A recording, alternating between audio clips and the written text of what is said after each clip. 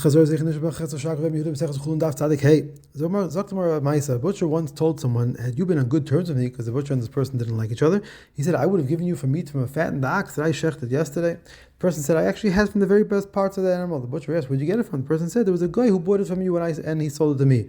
The butcher said, I shechted 2 fattened oxen yesterday, and the one I sold to the guy was a treifa. Rebbe said, just because this shaita didn't make an announcement like he should have when he's selling a treifa, we don't have to say that it's also to buy meat now from a guy when the majority of butchers are Yidden.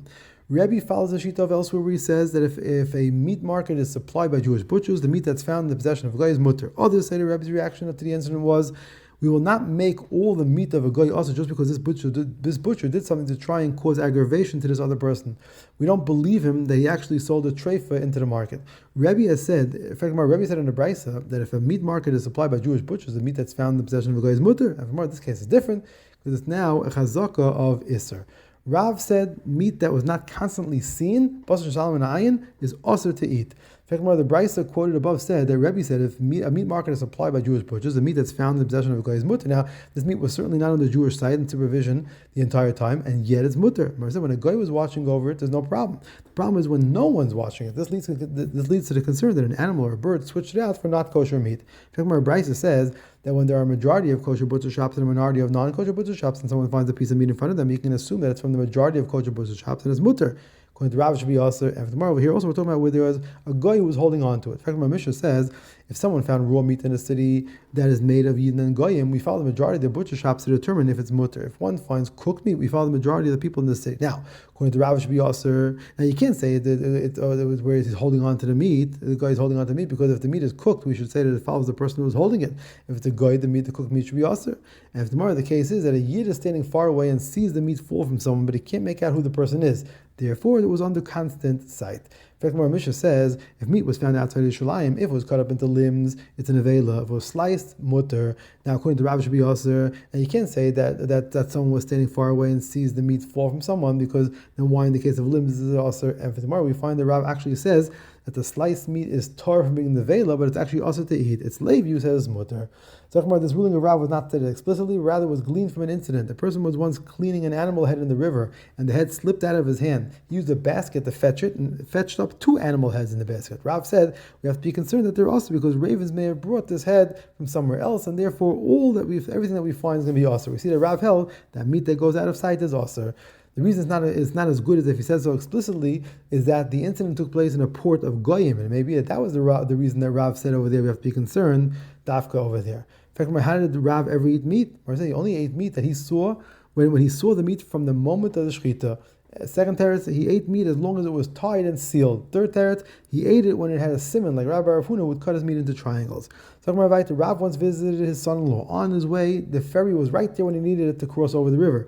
He said, that's a sign there's going to be a party by my son-in-law. When he got there, he saw through the door that the meat was being prepared. When he knocked, everyone came outside to greet him, including the butchers. Rav did not take his eyes off the meat the entire time and told the butchers, if I would have relied on you, you would have given my grandchildren also meat to eat. Rav himself, though, did not eat from the meat. Why didn't he eat from the meat? It was never out of sight. It also can't be a self-punishment for having relied on the fact that the ferry was there as a good sign, because we find doing so is not usher. And for the Mars, because it was not a Sudas mitzvah, and Rav would not partake of a meal that was not a Sudas mitzvah. Rav would take signs from the ferry, Shmuel would take signs from Sfarim, Rabbi Yechon would take signs from Sukkim told him by children. Rabbi Yechon would correspond with Rav in Bavel. He would write to our Rebbe in Bavel. When Rav died and Shmuel took over, Rabbi Yechon would correspond to him by writing to our colleague in Bavel. Shmuel wanted to prove that he was worthy of being treated as a Rebbe as well. He first sent a calendar of 60 years. Rabbi Yechon was unimpressed. He then sent to Rabbi Yechon 13 camel loads of Suffolk treifas. Rabbi Yechon said, wow, he's so great, Shmuel, I must go see him. Before going, he asked the child to state a pasuk. The child read the pasuk, Ushmuel Meis. Rabbi Yechon said, this is a sign that Shmuel has died. The Gemara says that Shmuel, in fact, had actually not died, but Hashem sent that pasuk to Rabbi Yechon so as to save him the effort of traveling to go meet Shmuel. Abraham says if the building of a house, the birth of a child, or marrying a woman brings one good mazel, it may be taken as a sign that the good mazel will continue. Rabbi Loza said this is only if a chazaka established by this good mazel having been shown 3 times. Zakmer Viter, Huni asked Rav, what if meat was on a string? Is he still concerned that it was out of sight? Rav said that would definitely act as a simon. There would be no need for concern. Others say that this ruling was simply made by Rav Huna in the name of Rav. Zakmer Viter, Rav Nachman of Nardo was visiting Rav Kahana of Pum Nahara on Erev Yom Kippur. Ravens came and began dropping livers and kidneys. Rav Kahana said, you may take them and eat them because on Erev Yom Kippur, mutter meat is more common than osir meat. Chia bar Avin lost a piece of meat and found it. Rav Huna allowed him to eat it based on his recognizing it, even though it didn't have a simon. Rav Nachman allowed the same for Rav Chanina Chayzoh. Rav Chisda allowed tchelis based on Rav Nosson bar Abaye's recognizing tchelis that he had first lost and then found. Rava said initially, I would say that a simon is better than just recognition, as we see that a lost item is returned based on a simon, but not based on recognition. However, after hearing these rulings, I now say recognition is actually better than a simon, and we have to say this because a blind person is only mutter to his wife, and in the dark, people are only mutter to their wives based on recognition of voices. In other cases, too, recognition can be relied upon. Rabbi Yisrael, the son of Rashashi, said we can prove this from the fact that if two witnesses come and say that someone with certain simanim murdered, we would not put the person to death. However, if the witnesses come and say we recognize this person as having murdered, we would put the person to death. Rashi said we can prove that recognition is better because you would rather send a messenger to call someone that he recognizes rather than a messenger to call someone that he can only find based on the simanim of that person.